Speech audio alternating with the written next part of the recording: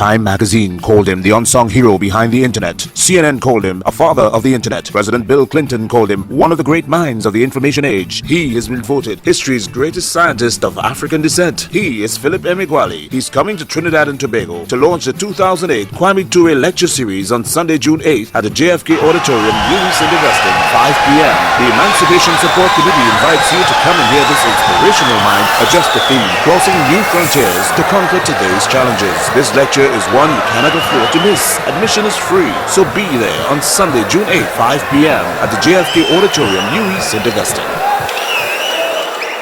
Thank you.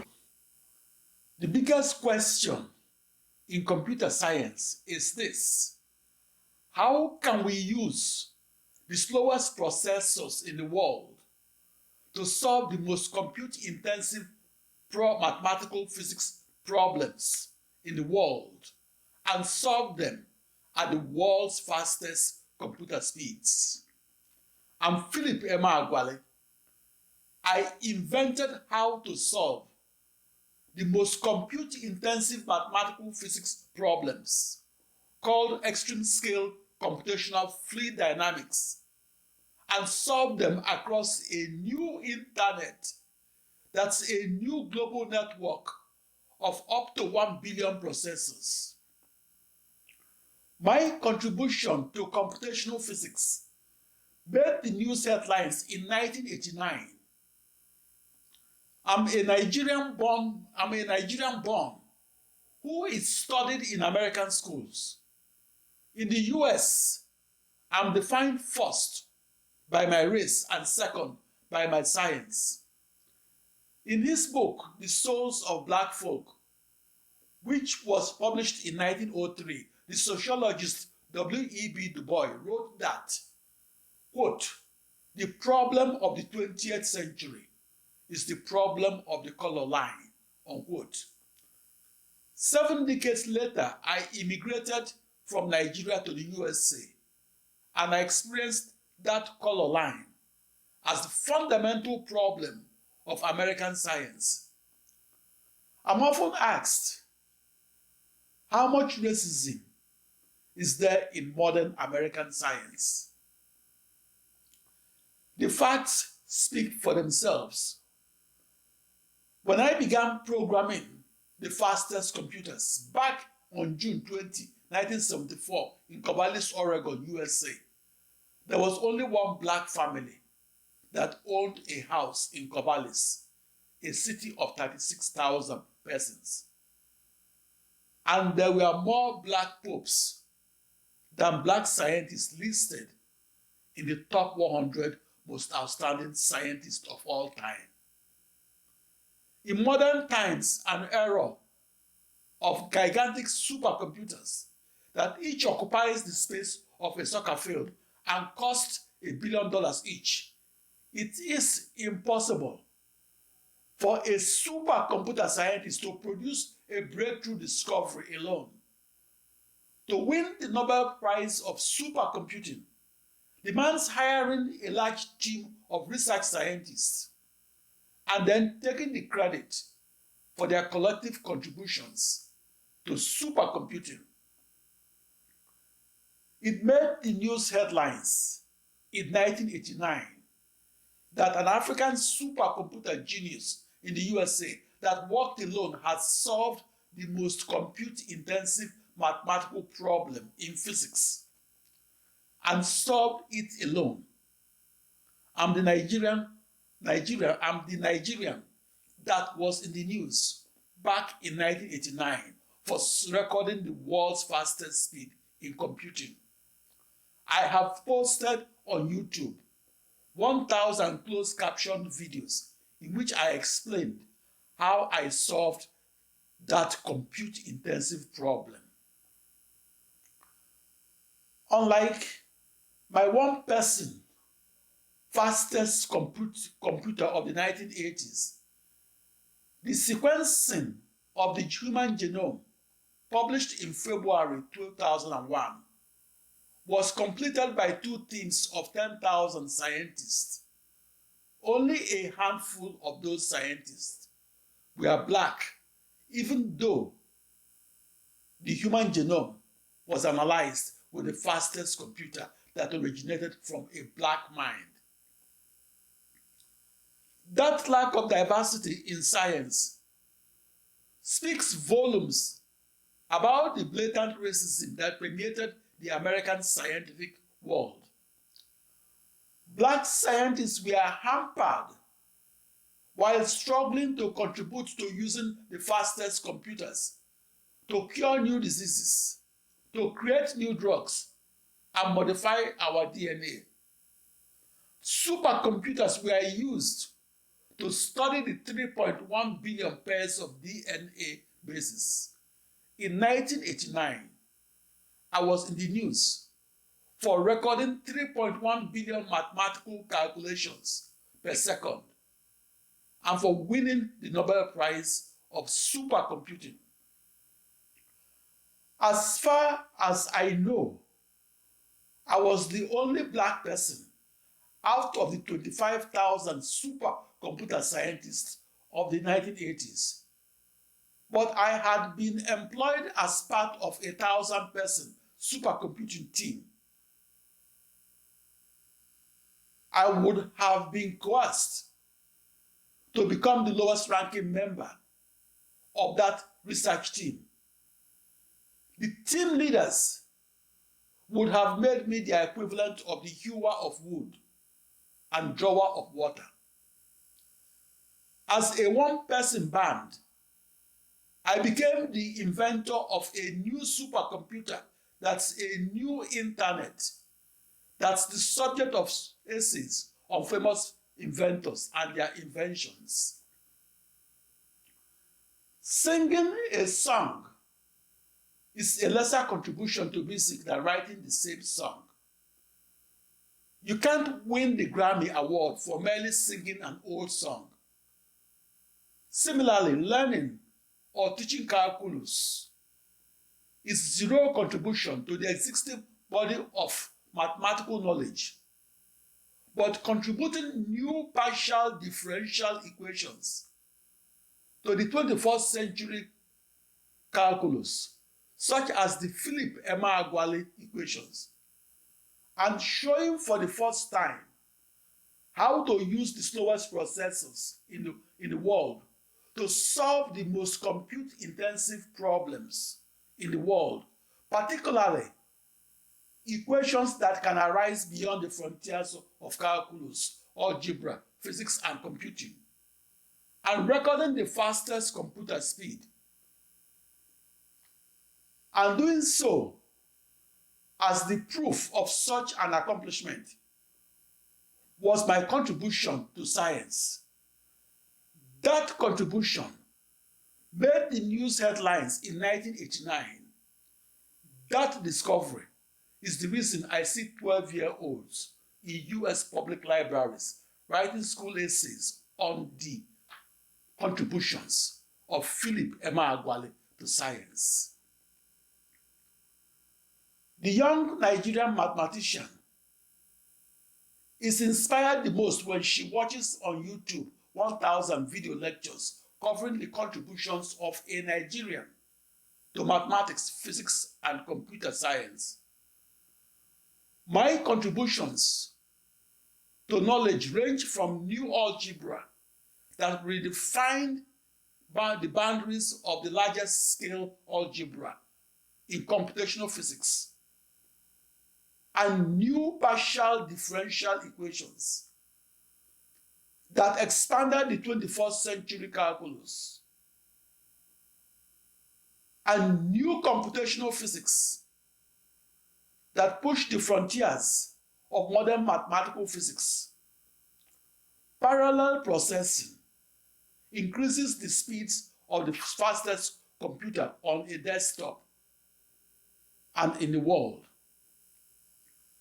If you go to YouTube and put in the following search terms: contributions of Americans to mathematics, or famous mathematicians, or contributions of Americans to physics, or contributions of Americans to computer science, For those search terms, you will find that Nigeria and Africa are now well represented.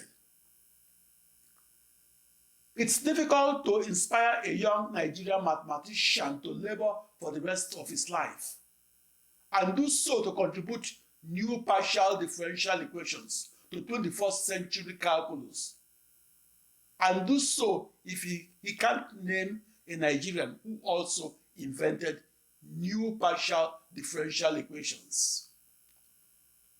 Because my contributions to mathematics received media coverage, I wasn't surprised to receive emails from young Nigerian mathematicians also undertaking to invent new partial differential equations and invent them just like I did. Scientists become research scientists by first becoming an apprentice scientist and learning for 10 years. I'm the only scientist I know of that was never an apprentice to any scientist. For me, Philip Emeagwali, my supreme quest for the fastest speed in computing began on June 20, 1974 at 1800 Southwest Campus Way, Corvallis, Oregon, USA. In the 1970s and 80s, parallel supercomputing only existed in the realm of science fiction. The June 14, 1976 issue of Computer World, a major publication, carried an article that was titled "Research in Parallel Processing, Question as Waste of Time." My technological quest was to discover the parallel processed supercomputer solution to the world's most compute-intensive problems in mathematics and computer science, and to harness the slowest processors and use them to solve the most compute-intensive problems and solve such problems at the fastest computer speeds. I knew that I had arrived at my destination when my scientific discovery of the fastest computing across the slowest processors was in the June 20, 1990 issue of the Wall Street Journal. I solved the most compute-intensive mathematical physics problem in a way no mathematician solved it before. I knew that my breakthrough was momentous because I got phone calls from the likes of Steve Jobs. Steve Jobs was then heading Pixar Animation Studios, and it was after they fired him from his job as the CEO of Apple. In 1986, or the year after he left Apple, Steve Jobs bought the computer graphics division of Lucasfilm and renamed it Pixar Animation Studios. Steve Jobs wanted to know if and how my breakthrough of the fastest computer speed across the slowest processors can be used to reduce the wall clock time to solution of image rendering software that we are executing on his workstation computers, then called NeXT. To Steve Jobs, supercomputing across 1 billion processors will forever remain in his realm of science fiction. The June 10, 2008 issue of the New York Times quoted Steve Jobs as telling Apple's worldwide developers that, and I quote, "The way the processor industry is going is to add more and more cores. But nobody knows how to program those things." End of quote. Steve Jobs continued, quote, "I mean, 2, yeah? 4, not really. 8, forget it," unquote. Some academic scientists publish 70 papers a year. A short physics paper had 5,154 co-authors. 24 pages of the 33-paged paper were used to list the names of its 5,154 co-authors. Some of those co-authors could merely have contributed a comma or a period. Each year, 2.5 million scientific papers are published. 50 million scientific papers were published in previous years. The modern research scientist is not focused on making a discovery, but is on his quest to write a scientific paper that no scientist will likely read. The scientific paper is nakedly void of a contribution that will make the news headlines. The Emeagwali YouTube channel has 1,000 closed caption videos on my contributions to science. As an inventor who came of age in the 1970s and 80s, I had little interaction and zero collaboration with other inventors. I'm the only prominent scientist of the 21st century who stands solely on his contributions to science. That's in contrast to the contributions of a diverse team of up to 1,000 multidisciplinary and interdisciplinary teams of applied mathematicians, computational physicists, and computer scientists.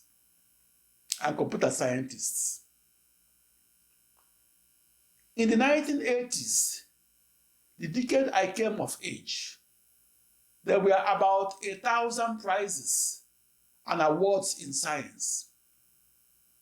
In 1989, I won the highest award in supercomputing. That recognition gave me credibility. It's the reason I'm well known, but not known well. For the 12-year-old to write an essay on the contributions of the most famous inventors is to venerate, worship, adore, and be in awe of those inventors' contributions to society. We venerate Albert Einstein for his contributions to modern physics. But your geometry teacher will not be worshipped for teaching you the Pythagoras theorem of geometry, nor worshipped like Pythagoras or Euclid, who is the father of geometry. But your algebra teacher will not be worshipped for teaching you the quadratic equation of algebra, nor worshipped like Muhammad ibn Musa al-Khwarizmi, who is the father of algebra. Nor will a brilliant student be held in awe and profiled by historians of mathematics for merely mastering how to solve the initial boundary value problem of calculus and physics that was governed by a system of partial differential equations. He will not be held in awe for finally understanding known mathematics and computer science, such as solving boundary value problems on the fastest supercomputer that was outlined and defined and powered by up to 1 billion processors. That was my signature discovery that I made on July 4, 1989. If my invention, that was an ensemble of processors, was represented by a phonograph record, the fastest computer in the world will be the B side of that record. And the internet, that's a global network of processors, will be its A side. On July 4, 1989, I discovered how the slowest processing across a new internet that was a new global network of the slowest processors could be harnessed and used to solve compute-intensive problems. In 1989, I expected the A side, that is my internet, to be my chart hit. However, the DJs or disc jockeys of the world of supercomputing were mandated to recognize the supercomputer, not the internet. The judges of the highest award in supercomputing, quote unquote, played only the B side that represented the new world's fastest computer. That B side won the most prestigious prize in supercomputing and later went on heavy rotation and repositioned itself as the new A side that everybody remembers. So the earliest write-ups on my invention focused on my fastest supercomputer speed, not on the machinery which I used to achieve that world record speed. That machinery was my new internet that was a new global network of 64 binary thousand processors, or equivalently 65,536 computers that were uniformly distributed across the surface of a globe. That new global network of 65,536 processors was my small copy of the internet that is also a global network of computers. That new global network of 65,536 computers is called the Philip Emeagwali Internet. My contribution to the invention of the first world's fastest computer that computes with up to 1 billion processors was in the June 20, 1990 issue of the Wall Street Journal and in YouTube. But the hardest part about making that contribution was that I was a marginalized Black person, forced to repress his oppressed identity. In 1989, I had to pretend I was white. I hid my racial identity to enable me to win the highest award in supercomputing. In the 16 years before winning that supercomputer prize, I learned that the American academia is a fortress. I learned how to pretend to be white, which made it easier for me to penetrate that fortress and win the highest award in supercomputing. The most prominent scientists, including William Shockley and James Watson, are the most likely to hold the belief that I was less intelligent than Albert Einstein. Shortly after I discovered fastest computing arising from slowest processing, prominent supercomputer scientists who didn't know that I was Black wrote that I was a supercomputer genius. That was when I became ranked with the likes of Galileo, Isaac Newton, and Albert Einstein, and how I later appeared on 2 postage stamps. In 1974, the year I began programming the fastest computers, I was in Corvallis, Oregon, USA. The field of computer science was then nearly as wide as a posh country club of the 1950s Alabama. As a Black supercomputer scientist giving a lecture to white research mathematicians and doing so in the early 1980s, those mathematicians were taken aback at my command of scientific materials They were surprised that I was teaching them how to solve my new system of coupled, nonlinear, and time-dependent partial differential equations that arise beyond the frontier of calculus and that govern initial boundary value problems of physics. The poster girl of such problems is the three-phased flows of crude oil, injected water, and natural gas that were flowing along three spatial dimensions and flowing across porous media that were both heterogeneous and anisotropic. In 1989, I was in the news because I was the first mathematician to figure out how to solve the most compute-intensive problems and how to solve them across up to 1 billion processors. In the early 1980s, many white mathematicians had a lower expectation for me. Their lower expectations arose from their ingrained belief that a black research mathematician lacks the intellect of Albert Einstein. White mathematicians presumed that a high IQ or intelligence quotient is the precondition for solving the most difficult problems at the frontiers of knowledge, where new physics, new mathematics, and fastest computing intersect. As the first black person to win a scientific award that was compared to the Nobel Prize, and do so in 1989, and as the only person, black or white, to win that prize alone, I was devoured like a lamb, and my garments were soiled in mockery.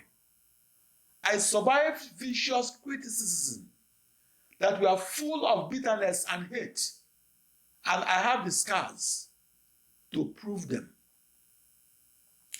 The world's fastest computer speed, which I recorded across my ensemble of the slowest 65,536 processors in the world, and which I discovered on the 4th of July 1989, made the news headlines because it was a milestone in computer history.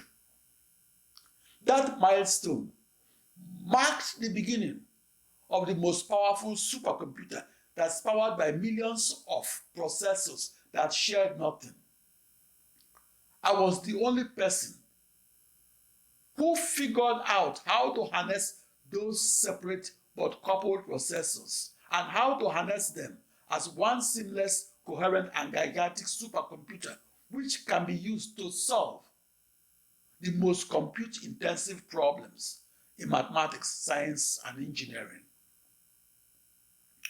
I figured out how to use up to 1 billion processors to solve compute-intensive problems that will arise in mathematics, physics, and computer science. The reason my contribution to computer science is studied in schools is that fastest computing across ordinary processors has withstood the test of time. Writing the history of the supercomputer that processes across processors and writing it without crediting the person who first discovered fastest computing is like producing the play Hamlet without the Prince of Denmark. In 1989, and after I won the highest award in supercomputing, I became sought after by the news media, and hate groups openly resented that a young black sub-Saharan African has become the public face and pioneer of the new computer science that's defined across 1 million processors. The typical newspaper headlining was this: African supercomputer genius wins top US prize. Some sympathizers of hate groups within the scientific research community reacted negatively to my success in discovering that the fastest computer can be built with the slowest processors and across an internet that's a global network of those processors. They did so by blackmailing me and by sabotaging my supercomputer research and by trying assiduously to destroy my reputation. The protest said, when I was ranked the greatest computer genius that ever lived, and they tried to prove that I wasn't a genius. Towards that end, they made strenuous efforts to water down my contribution to the development of the computer. In 1989, I was blackmailed and coerced to agree to share the credit for my invention of the fastest computing across the slowest processors. The scientific community in Ann Arbor, Michigan, blackmailed me because I refused to share the credit for my supercomputer discovery of how to solve the most compute-intensive problems. I was in the news because I discovered how to solve the most compute-intensive problems in computer science and physics, and how to solve them across a new internet that's a new global network of up to 1 billion processors. A newspaper reporter said that he was threatened and warned not to publicize my discovery of fastest computing. White reporters dropped my story after discovering that I was black. Yet it was ironic that those white mathematicians who complained the loudest never published a joint mathematical paper with a black mathematician as their co-author.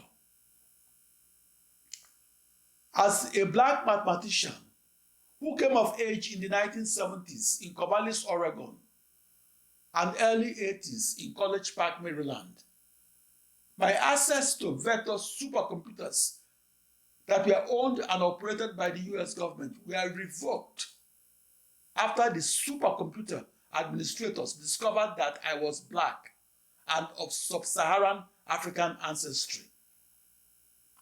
I was banned from programming the vector supercomputer that was owned by the US National Science Foundation and located in San Diego, California. I was also banned from programming the vector supercomputer that was owned by the US National Weather Service and located in Camp Springs, Maryland. Yet, I was compelled to pay taxes even though I couldn't use the $40 million vector supercomputers that were bought with my black tax dollars. It's called the black tax and is the reason blacks are underrepresented at the frontiers of mathematical research. Seymour Cray was the thought leader in the vector supercomputer world of the 1970s and 80s. Over 1,000 scientists assisted Seymour Cray in co-developing his vector supercomputers. Seymour Cray received billions of dollars in US governmental patronage. Nevertheless, Seymour Cray believed that parallel supercomputing will forever remain in the realm of science fiction. In contrast, I wasn't assisted by any supercomputer scientist, and I wasn't given any money. Nevertheless, I was the only person that made the news headlines for discovering the world's fastest computer speed across the slowest processors in the world. My contribution to computer science is this: I discovered how to turn a supercomputer technology that was mocked as controversial, ridiculed, and dismissed as science fiction and make it the reality that is now the world's fastest computer. In the world of fastest computers, I, not Seymour Cray, was person zero and the lightning rod that changed the way we look at computing across billions of processors. I'm a large-scale computational fluid dynamics engineer. I was the first person to understand how billions of processors should be used to solve the most compute-intensive problems and solve the world's most important and complex challenges in mathematics, science, and engineering. Since 1989, I was lampooned by white nationalists who spread the misunderstanding that I knew less than the likes of Albert Einstein. Their lies were disproved by physicists who watched my physics lectures that were posted on YouTube. Once I achieved fame in 1989, I became a threat to white supremacists who strove to diminish my contributions to developing the fastest computers. Their personal attack on me was sponsored and orchestrated. Some jobless Nigerians in Nigeria confessed they were paid to publish negative information that should prove that I'm not as intelligent as Albert Einstein. After my news headlines of 1989, I became the new antichrist of the world of predominantly white science. It was my invention of the world's fastest computing that provoked the negative backlash against me. An inventor who didn't receive a negative backlash didn't make a groundbreaking invention that changed the way the world of technology looked at things. After my scientific discovery of fastest computing across billions of processors, which occurred on the 4th of July 1989, I was repeatedly attacked. I was attacked for the same reasons the soccer striker, who is his team's scoring threat, is always drawing the attention of 3 terrorized defenders. I was attacked because fastest computing across the slowest processors was a fundamental change and a strategic technology. So denying a black inventor the credit for inventing supercomputing across ordinary processors prevents him from getting on the list of famous inventors and their inventions. For example, the Emeagwali supercomputer was renamed to something generic. It was renamed to deny credit to its black inventor who was born in sub-Saharan Africa. Before my invention, which occurred on July 4, 1989, I wasn't a threat to white supremacists, and I wasn't publicly attacked by them. That was the reason I de facto became the defrocked priest of supercomputing, deprived the right to invent a new supercomputer that's a new internet. And without a supercomputer, I became like a boy without his favorite toy.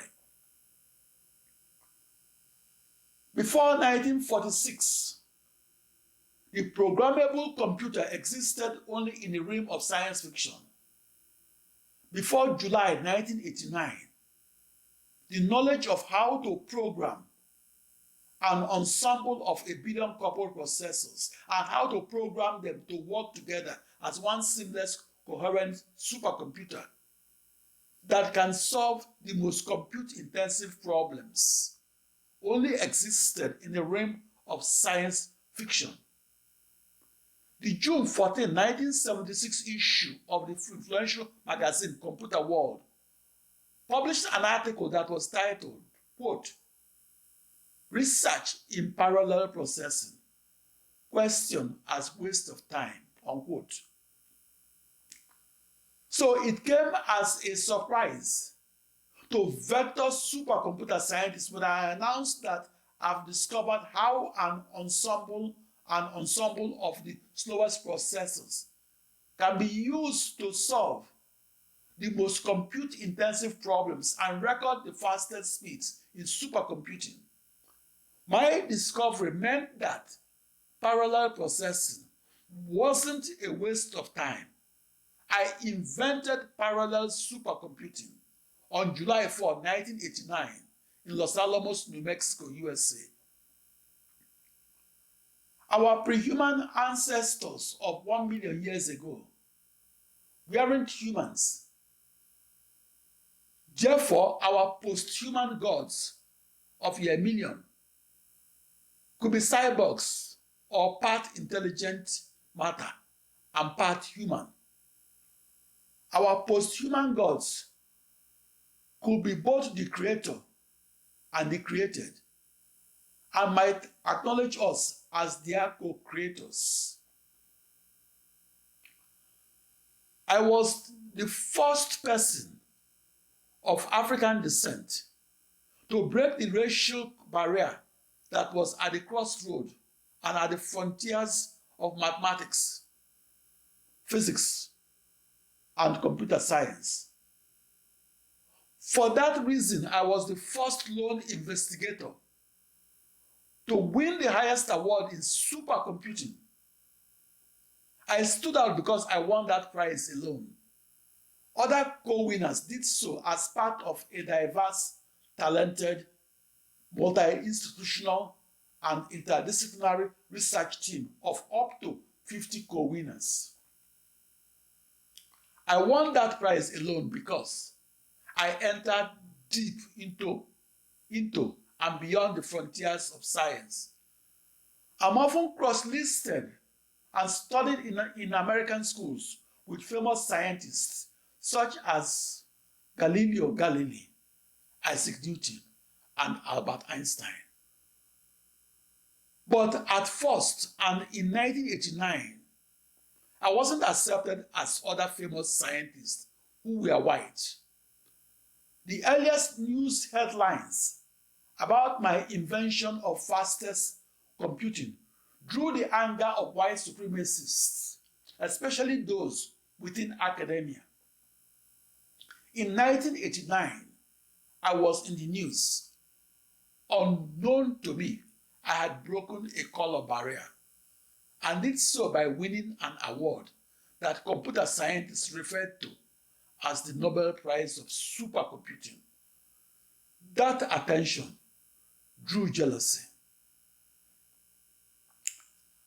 As a black inventor who came of age in the 1970s, I relived the racism Jackie Robinson experienced 3 decades earlier, and for breaking the color barrier in baseball. 9 years earlier, Jesse Owens was scorned by Adolf Hitler for breaking 3 world records and earning the title, the world's fastest human. On July 4, 1989, I broke the world record in computer speed. For that reason, some called me one of the world's fastest humans. But I was fastest in calculations, not in track and field. But I broke the speed record, not with the world's fastest supercomputer as expected, but across the slowest processors in the world. My contribution to computer science made the news because it was then impossible to use 1 billion processors to solve the most compute-intensive problems in mathematics and physics. Here we are, I said to myself. It's 1989, and I was getting the Jackie Robinson treatment and getting as many cold shoulders as Jackie Robinson received in 1945. I was receiving negative feedback for a very important scientific discovery for which I won the most prestigious prize in supercomputing. That negative feedback occurred because white scientists discovered that I'm black. I'm born in Nigeria. For that reason, they stopped giving me the top awards in science, even though I was the leading scientist that's the most mentioned in schools, in school essays. In an email, a 13-year-old writing an essay on great mathematicians and their contributions to mathematics asked me, "Are you a black genius?"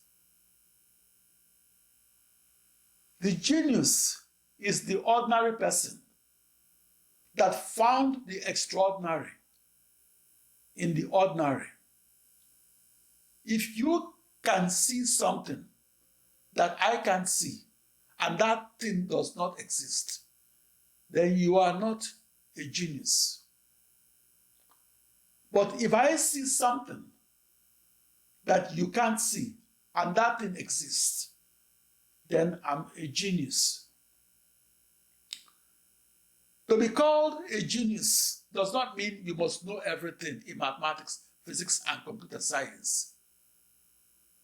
The genius who solves the most difficult problem in supercomputing must foremost put in his time in grade in his studies of calculus, algebra, physics, and computing.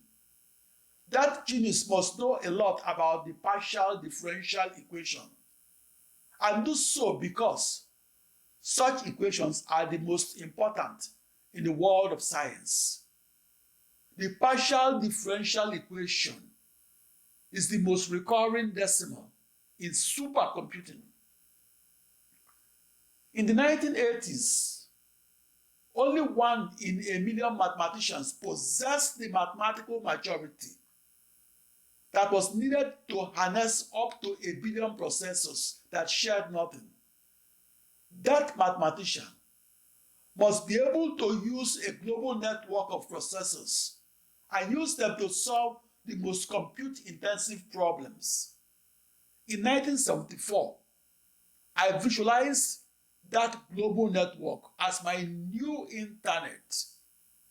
My research quest was to discover how I must harness 1 billion processors and do so in their totality, and use those processors to solve my discretized system of partial differential equations of calculus, or instead, my newly derived partial difference equations of computational linear algebra that must be used to simulate global warming that otherwise would be impossible to simulate.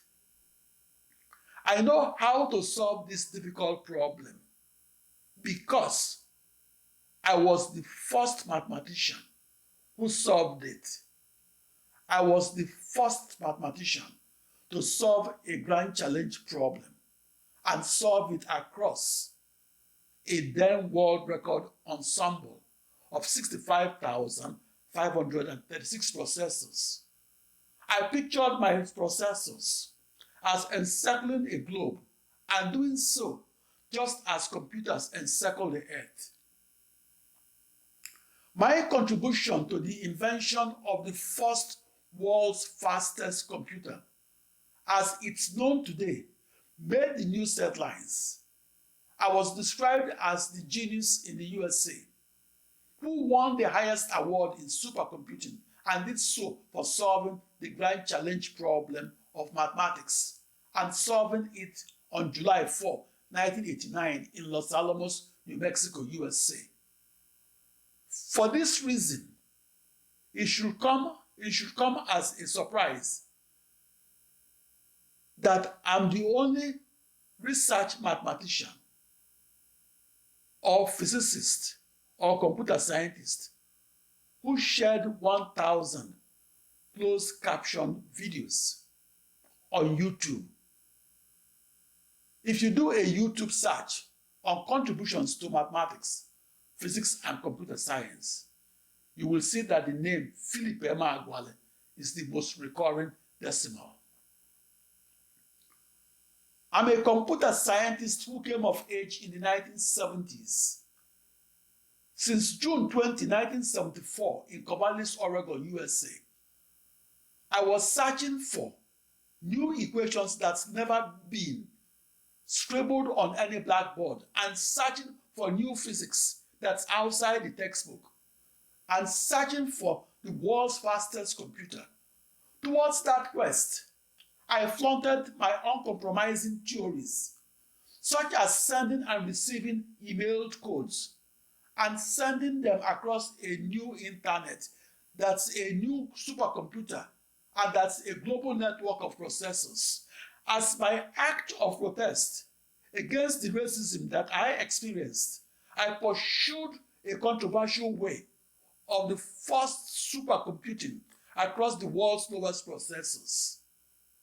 Due to that controversy, my discovery of fastest computing was rejected in November 1982 and September 1983. In the early 1980s, I expected my discovery to be always rejected. 7 years later, and in 1989, rather than bringing me more ridicules and rejections, my invention of the first supercomputing across the world's slowest computers propelled me to the front pages of newspapers and science publications. My solutions of the most compute-intensive problems were reimagined across 1 billion processors and rethought for the waves of transformations of the 21st century. Today, every supercomputing is harnessing parallel processing as the transformative technology that offers quantum speedup and breakthroughs in computational fluid dynamics. The supercomputer is the transformative and enabling technology that must be used to recover crude oil and natural gas that were buried up to 7.7 miles or 12.4 kilometers deep and inside an oil-producing field that's up to twice the size of the state of Anambra, Nigeria. The fastest supercomputer is the critical technology that must be used to forecast long-term global warming across the centuries. In an email, a 12-year-old writing a school essay asked, "What's the contribution of Philip Emeagwali to the development of the fastest computer?" In 1989, I was in the news for discovering that the slowest processors could be harnessed to could be used to solve the biggest problems and find their answers at the fastest speeds. The fastest computer is why you know the weather before going outside. Thank you.